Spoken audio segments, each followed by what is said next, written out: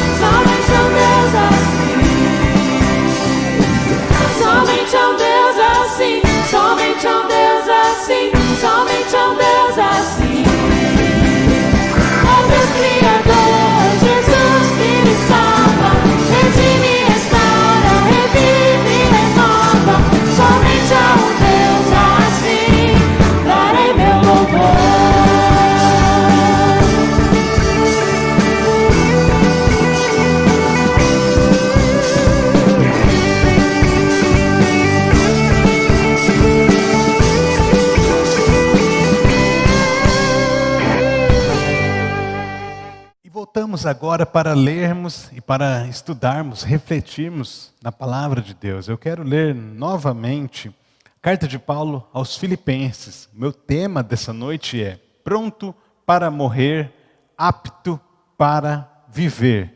Pronto para morrer, apto para viver. E eu gostaria de ler a carta de Paulo aos Filipenses no capítulo 1. Convido você a abrir a sua Bíblia também, para juntos lermos a palavra de Deus. Eu vou ler Filipenses 1, a partir do verso de número 20. Diz assim: aguardo ansiosamente e espero que em nada serei envergonhado. Ao contrário, com toda a determinação de sempre, também agora Cristo será engrandecido em meu corpo, quer pela vida, quer pela morte. Porque para mim o viver é Cristo e o morrer é lucro. Caso continue vivendo no corpo, terei fruto do meu trabalho e já não sei o que escolher. Estou pressionado dos dois lados. Desejo partir e estar com Cristo, o que é muito melhor. Contudo, é mais necessário, por causa de vocês, que eu permaneça no corpo. Convencido disso, sei que vou permanecer e continuar com todos vocês, para o seu progresso e alegria na fé, a fim de que, pela minha presença, outra vez, a exultação de vocês em Cristo Jesus transborde por minha causa. Até aqui, que o Espírito Santo de Deus guie a nossa reflexão neste momento. Essa carta de Paulo aos Filipenses é a carta da alegria, é a carta da satisfação, do contentamento, da felicidade em Cristo. O que nós vimos até aqui, desde o início do nosso estudo aqui, nessa carta de Filipenses, é que Paulo inicia essa carta dando graças a Deus pelos seus irmãos. Ele inicia essa carta orando pelos seus irmãos e também tranquilizando os seus irmãos ali da igreja de Filipos, tranquilizando no sentido de que ele diz o seguinte, que aquilo que ele está passando, ou seja, a prisão e a privação que ele está passando, tem, pelo contrário do que muitas pessoas poderiam imaginar, essas privações do apóstolo Paulo têm contribuído para o avanço, para o progresso do Evangelho, conforme nós aprendemos no último domingo aqui com o pastor Edney. Essas privações do apóstolo Paulo, as prisões que ele atravessava, tinham contribuído para o avanço do Evangelho. No entanto, aqui nesse texto que nós lemos, nessa carta de alegria, nessa carta de contentamento, de satisfação, aqui Paulo introduz um assunto que muitas vezes incomoda muitas pessoas, que é a morte. A morte é um assunto que pode incomodar muitas pessoas. Mas o fato é que todos nós vamos passar pela morte, todos nós vamos experimentar a morte. A morte é uma passagem, a morte é um portal. E aí eu quero fazer uma pergunta para você. Porque sendo a morte uma passagem, um portal que nos leva para outro lado, que é a presença de Deus. A pergunta que eu quero te fazer é que, sabendo que a morte é um portal que nos leva até a presença de Deus, eu quero saber se essa é uma notícia que te conforta ou é uma notícia que te desespera? Como que você responderia essa pergunta? O fato de que ao morrer você vai se encontrar com Deus, que você estará diante de Deus, que você vai prestar contas a Deus. Essa é uma notícia que te conforta ou que te desespera? O texto que nós lemos aqui do apóstolo Paulo nos falando, ele nos ensina algo a respeito da vida e da morte. Mas o fato é de que, para Paulo, a notícia de estar com Cristo era uma notícia que confortava o coração dele. E eu quero isso para a minha vida, e a minha oração e a minha torcida é que você tenha isso para a sua vida também. E o que nós vamos estudar aqui de forma rápida nessa noite é aquilo que a palavra de Deus nos ensina através da vida do apóstolo Paulo sobre vida e sobre a morte. O versículo 20 que lemos, Paulo começa dizendo que ele aguarda ansiosamente. E uma outra versão, a Almeida, século 21, traduz como aguardo com intensa expectativa. A palavra grega que é utilizada aqui, ela significa literalmente espichar o pescoço. Significa enxergar o futuro. Quando Paulo fala que ele aguarda ansiosamente, ou que ele aguarda com intensa expectativa, com esperança, de certa forma, Paulo tem uma convicção de que ele será liberto daquelas prisões, da prisão pela qual ele atravessava. Ele tem uma convicção de que ele vai ser liberto. Tanto é que, um pouco antes, aqui no versículo 19, ele diz assim que o que me aconteceu resultará em minha libertação. Mais à frente, no versículo 24 do capítulo 2 de Filipenses, Paulo diz assim: confiando no Senhor que em breve também poderei ir. Ou seja, ele gostaria de estar com seus irmãos ali da igreja de Filipos, mas ele não apenas gostaria, mas ele tinha convicção. Ele diz, confiando no Senhor que em breve eu poderei ir. Em outra carta de Paulo, que ele escreve na prisão, né, as chamadas epístolas da prisão, que são Efésios, Filipenses, Colossenses e Filemão, lá na carta de Paulo a Filemão, no versículo 22 do capítulo único de Filemão, Paulo diz assim: prepara-me pousada, porque graças às suas orações espero poder ser restituído a vocês. Ou seja, Paulo tem uma convicção de que ele será liberto, de que ele vai sair das cadeias. Mas toda vez que Paulo foi preso, todas as vezes em que ele foi preso, ele sempre vivia nessa expectativa, nessa espera, porque ele nunca sabia se, estando preso, ele seria liberto ou se ele seria executado.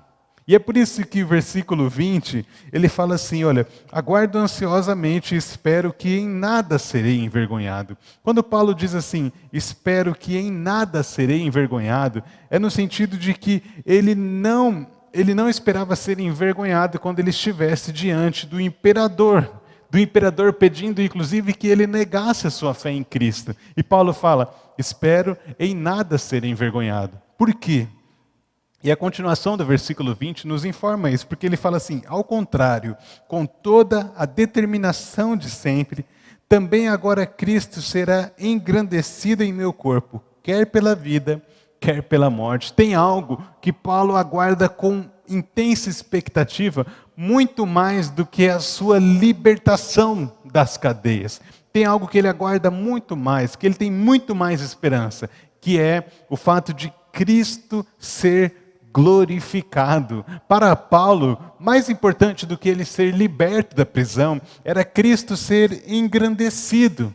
E aí ele diz, quer na minha vida, quer pela vida, quer pela morte. É isso que Paulo aguardava ansiosamente, com intensa expectativa, era que Cristo fosse engrandecido, Cristo fosse glorificado na sua vida ou na sua morte. Esse coração do apóstolo Paulo, essa expectativa, essa esperança, é algo que nós devemos orar e desejar para nós também, porque é uma expectativa e uma esperança de quem está cheio de Cristo, de quem está em Cristo, e por estar em Cristo, está cheio de Cristo, e por estar cheio de Cristo, ele aguarda com intensa expectativa que Cristo seja glorificado, engrandecido através da vida dele. E isso é lindo demais.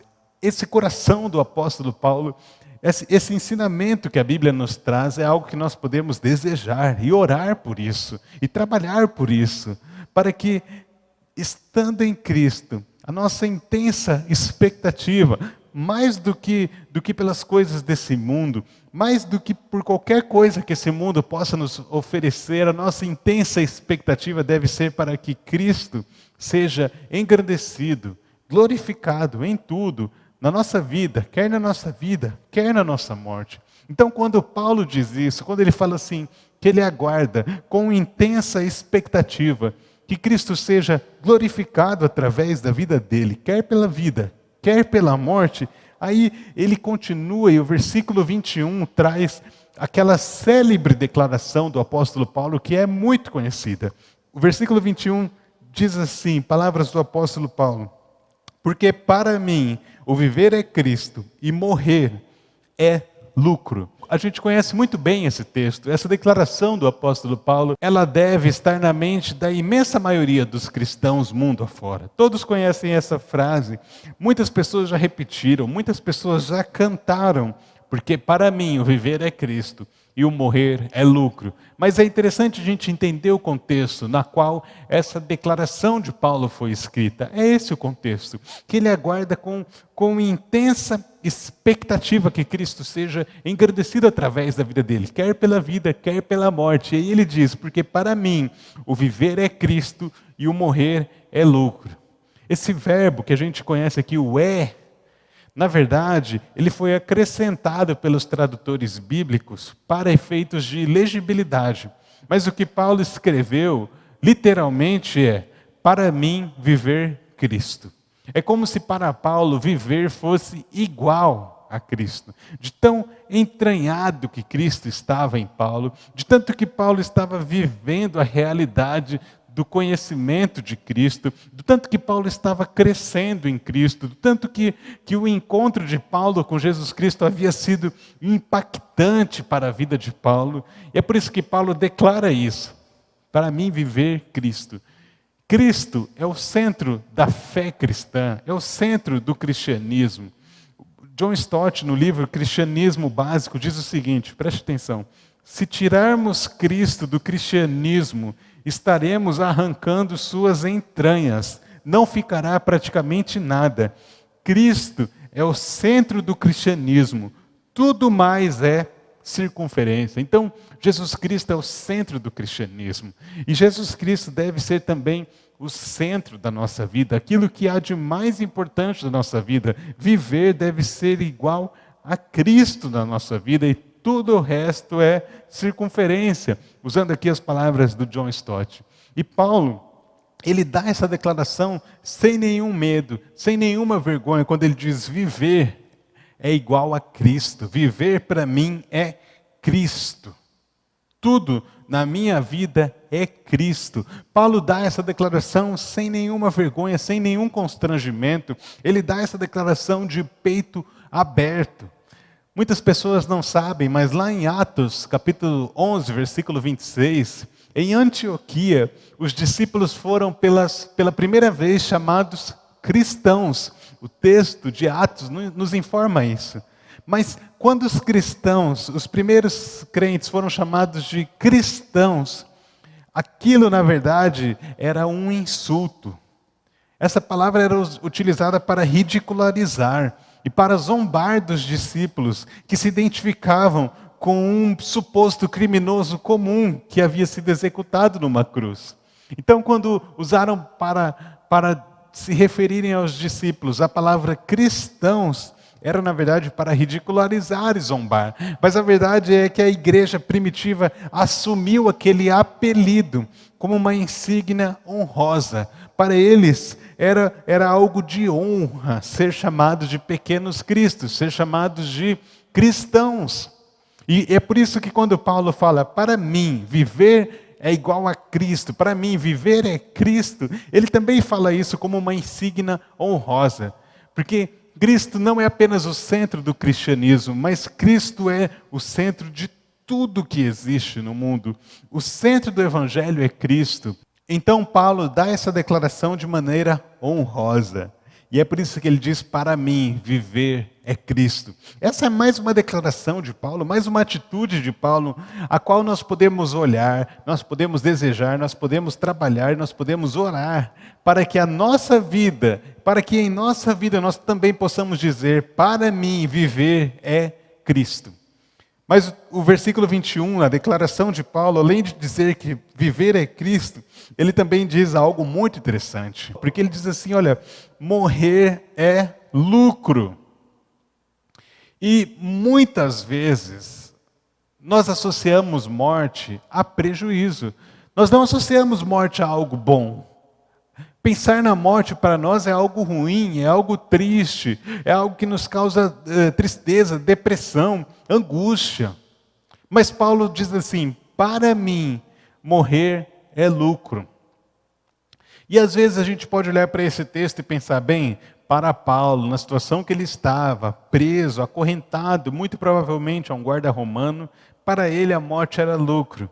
Mas na verdade ele não está falando que para ele a morte é lucro por causa da situação a qual ele está vivendo. Para ele, a morte é lucro, porque para ele a morte traz um benefício muito maior do que, inclusive, a própria vida. A morte não é uma tragédia para Paulo. Para Paulo, a morte é um triunfo. E aqui há algo, mais uma vez, que nós podemos desejar e orar e viver e trabalhar e pedir para Deus para nos dar essa convicção também. De que viver é Cristo, mas também de que morrer é lucro. A morte não é uma tragédia, a morte é um triunfo.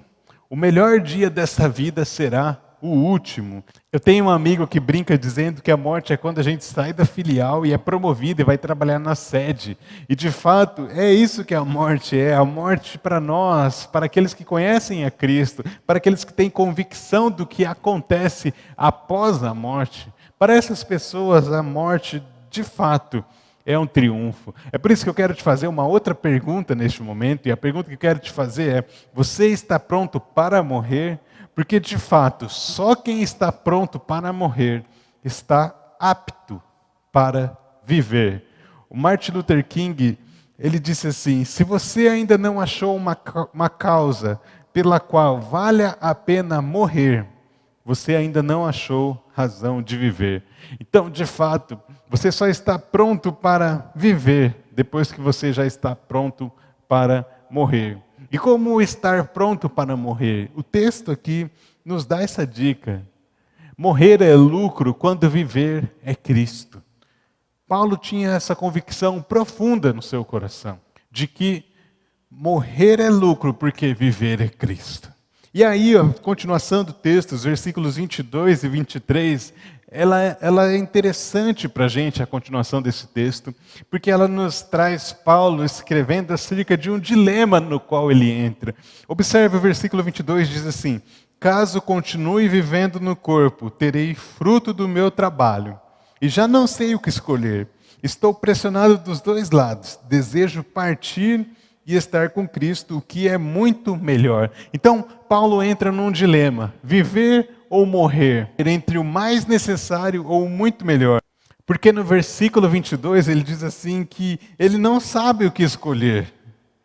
Porque caso ele continue vivendo no corpo, ele terá fruto desse trabalho. Mas por outro lado, e no versículo 23 ele diz isso, que ele deseja partir para estar com Cristo. Essa palavra desejo aqui, na verdade, é uma palavra que ela é utilizada para descrever um desejo muito profundo, uma intenção profunda do coração. Paulo tinha um profundo desejo de partir e estar com Cristo. E essa palavra partir também é tão bonita, porque ela denota uma passagem. Ela não denota um fim, ela denota uma passagem, uma partida, uma ida, uma situação onde há um ponto de partida e um ponto de chegada, e o ponto de chegada dessa situação aqui é estar com Cristo. E Paulo fala que ele deseja partir para estar com Cristo. E esse dilema de Paulo é muito interessante. Esse dilema apresentado pelo apóstolo Paulo é muito interessante. Não é que Paulo possua aqui algum desejo suicida. Não é isso. É o que o amor por Cristo consumia a sua vida. É por isso que ele entra nesse dilema. Porque no versículo 23 ele fala assim: desejo partir e estar com Cristo, o que é muito melhor. Estar com Cristo não é apenas bom, não é apenas melhor, mas é muito melhor. Mas no versículo 24, ele diz assim: contudo, é mais necessário por causa de vocês que eu permaneça no corpo. Então Paulo, o dilema dele é entre viver e morrer, mas é também entre o muito melhor, que é estar com Cristo, ou o mais necessário, que é continuar vivendo no corpo. E aí ele encontra uma razão para permanecer. Ainda que há um desejo muito profundo no coração dele de partir e estar com Cristo, ele encontra uma razão para permanecer, que é o bem espiritual da igreja. É por isso que no versículo 24 ele diz isso. É mais necessário por causa de vocês que eu permaneça no corpo. E aí o versículo 25 ele diz: convencido disso, sei que vou permanecer e continuar com todos vocês para o seu progresso e alegria na fé. Então Paulo encontra uma razão para permanecer e essa razão é o bem espiritual da igreja. E é aqui, essa é a real autonegação. Paulo não quer ficar para conquistar muito. Paulo não quer ficar para ficar rico. Paulo não quer ficar vivo para ficar famoso, para ter status, fama, dinheiro, poder. Não. Paulo quer continuar vivo para o bem espiritual dos seus irmãos. O senso do dever faz Paulo empenhar a sua vida no serviço cristão. É por isso que no dilema entre viver ou morrer, entre o muito melhor e o mais necessário, Paulo escolhe pelo mais necessário, porque ele entende que neste momento que ele está vivendo, é mais necessário que ele esteja vivo para o bem espiritual dos seus irmãos. O bem espiritual da igreja aqui, que eu estou te dizendo, dentro do contexto de Filipenses, é a alegria de todos os crentes em Cristo. Então, Paulo entende que o bem espiritual pela qual ele deveria permanecer vivo era que os seus irmãos, ali da igreja de Filipos, estivessem todos alegres em Cristo. Então, Paulo não vive no faço o que eu quero. Ele vive no eu faço o que é melhor para os meus irmãos. E isso aqui tem um outro grande ensinamento para nós. Porque nós vivemos dias de egoísmo. Nós vivemos dias em que as pessoas dizem assim: eu faço o que eu quero, aquilo que eu quero eu faço, eu vou para cima, eu sigo meu coração, meu corpo, minhas regras. Mas Paulo, ele nos ensina que o viver e ser igual a Cristo é completamente o oposto. Viver ser igual a Cristo é empenhar a sua vida no serviço cristão pelo bem dos outros, pelo bem espiritual da igreja. É por isso que para Paulo era muito melhor partir e estar com Cristo, mas ele escolhe o que é mais necessário. E essa é a lição aqui para nós, porque na lógica cristã, o mais necessário para os outros é mais importante do que o muito melhor para mim. E isso é autonegação. É tão maravilhoso isso que o texto nos informa. É tão maravilhoso essa vivência do apóstolo Paulo voltada para o bem espiritual da igreja. Porque o versículo 25, a continuação diz assim: para o seu progresso e alegria na fé, a fim de que pela minha presença, outra vez, a exultação de vocês em Cristo Jesus transborde por minha causa. É por isso que Paulo dá essa declaração: para mim viver é Cristo e morrer é lucro. Porque morrer para ele era uma passagem onde ele estaria com Cristo. Isso era muito melhor, era a melhor coisa que poderia acontecer na vida dele. Mas entre o muito melhor e o mais necessário, ele entende que ele tem uma razão para permanecer. E a razão dele para permanecer é o mais necessário. E o mais necessário é o progresso na fé dos seus irmãos filipenses, é uma alegria transbordante dos seus irmãos filipenses, é os seus irmãos filipenses tendo uma exultação em Cristo, transbordante, e esse é o mais necessário. Paulo entende o seguinte: para mim, muito melhor é estar com Cristo, mas neste momento é mais necessário que eu esteja aqui para que os meus irmãos cresçam na fé. E é por isso que viver é Cristo. Não é porque viver é Cristo para ele ter mais fama. Não é porque viver é Cristo para ele ter mais poder. É viver é Cristo para o bem espiritual dos seus irmãos. Para o bem espiritual da igreja. Ah, como nós podemos aprender com o apóstolo Paulo. Como nós podemos desejar isso daqui que tinha o apóstolo Paulo. Nós podemos orar por isso aqui, pedindo para que Deus nos dê esse coração também. De vivermos com a nossa vida empenhada no serviço cristão, no bem espiritual dos outros.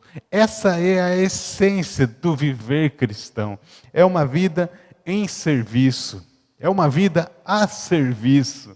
É isso que nós podemos desejar. E é por isso que nós só podemos viver, nós só estamos aptos para viver quando nós estamos prontos para morrer. Quando nós entendemos que a morte é um portal que vai nos levar à presença de Deus. nós passamos a viver para Deus em serviço aos outros. Nós passamos a viver para Cristo em serviço à igreja. Nós passamos a viver Cristo servindo aos nossos irmãos. Que atitude maravilhosa! O sofrimento de Paulo contribui para a expansão do Evangelho. Mas o sofrimento de Paulo também contribui para o bem espiritual da igreja, para o crescimento dos seus irmãos. E aqui há algo ao qual nós podemos aprender. E aqui há uma lição preciosa da palavra de Deus. Eu quero convidar você a colocar o mais necessário para os outros acima do muito melhor para você. Porque quando nós fizermos isso, nós vamos aprender, na essência, o que significa viver é Cristo. E esse é o meu convite para você, que você coloque o que é mais necessário para os outros acima do que é muito melhor para você. Nós tivemos um pequeno problema aqui com a câmera no finalzinho da gravação, mas a mensagem já foi passada, o estudo já estava concluído, então que nós, como comunidade de Cristo, entendamos o que é viver Cristo e morrer lucro. Que Deus te abençoe, que você tenha um excelente restante de semana. Quero convidar você que pode, que tem as condições, para estar conosco aqui no domingo às 19h30 para o nosso culto presencial. E você que não pode estar por qualquer motivo, acompanhe online também lá no canal do YouTube da IBV Nova. Então, se inscreva lá, acompanhe por lá, porque no domingo nós vamos concluir esse estudo de hoje e concluir o primeiro capítulo de Filipenses. Eu espero por você, que Deus te abençoe. Tchau, tchau.